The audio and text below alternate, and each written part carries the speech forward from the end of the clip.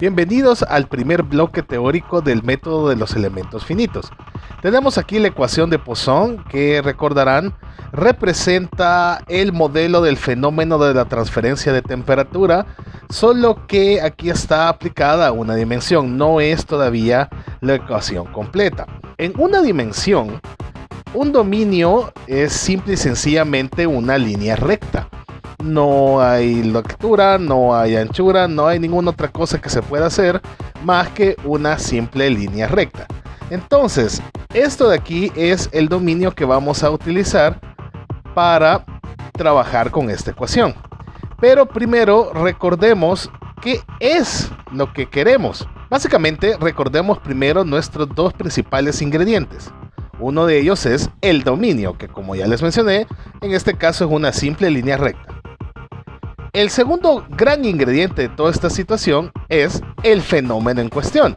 Para este ejemplo, el fenómeno es la transferencia de calor y la variable de interés es la temperatura. En este caso se representa la temperatura simplemente como una función de x, ya que estamos simplemente en una dimensión. Recordemos que tanto este dominio como esta representación de la variable de interés son ambos elementos continuos. Ese dominio sí es solamente una línea recta, pero tiene infinitos puntos. Y esa función tiene de dominio el conjunto de los reales, que también son infinitos valores. Entonces, esto no es representable en la computadora, no nos cabe. Y necesitamos trabajarlo. Necesitamos transformar tanto el dominio como la función en elementos discretos, en aspectos que sí podamos utilizar dentro de la computadora. El dominio, como recordarán, pasa por un proceso que se llama mallado para construir una malla, en inglés mesh. Esta malla representa la discretización del dominio y nos permite poderlo representar dentro de la computadora. En una dimensión, el proceso de mallado es muy simple. Dada la línea recta, se separa en varias líneas rectas. No hay mucho más que haya que hacer, no es la gran ciencia.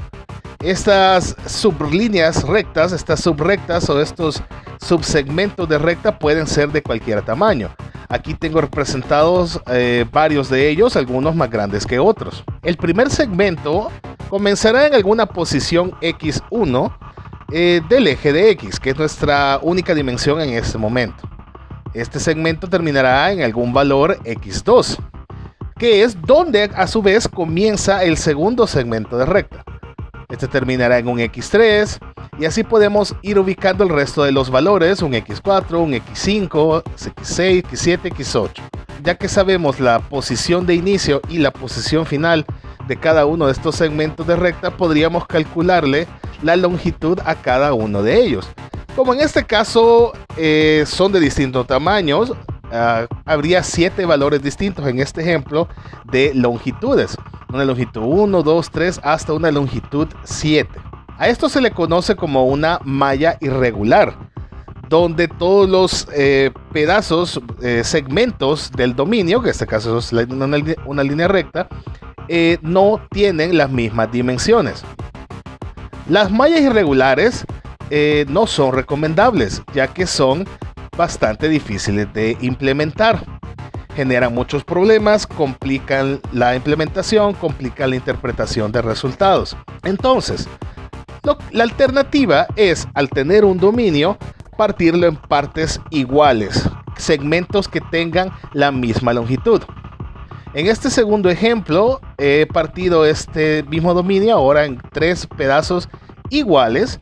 Hay 4 posiciones, x1, x2, x3, x4, pero en este escenario garantizo que tengan la misma longitud y por lo tanto, en vez de manejar una L distinta para cada segmento, puedo manejar una sola L y reutilizarla en cada uno de los segmentos, ya que garantizo que tienen la misma longitud.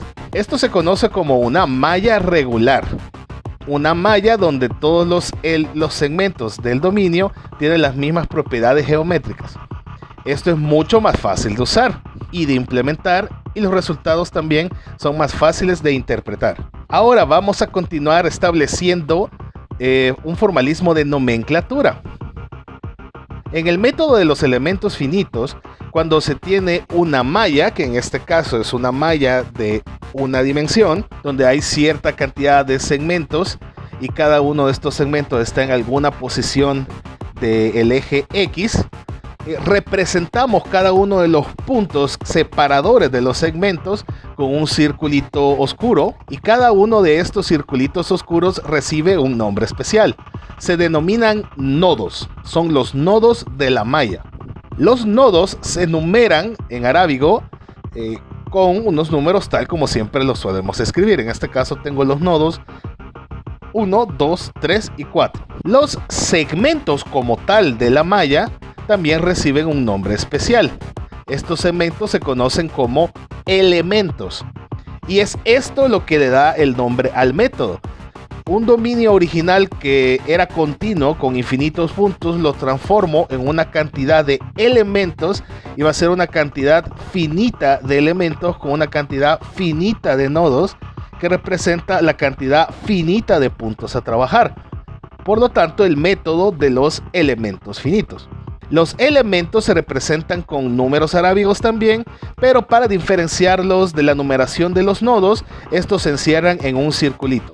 Entonces aquí tenemos en el ejemplo el elemento 1, el elemento 2 y el elemento 3. Todos estos aspectos juntos conforman la malla del dominio, los elementos con los nodos. Y esta malla es algo discreto, por lo cual ya tenemos nuestro dominio completamente discretizado, trabajando exclusivamente en una dimensión.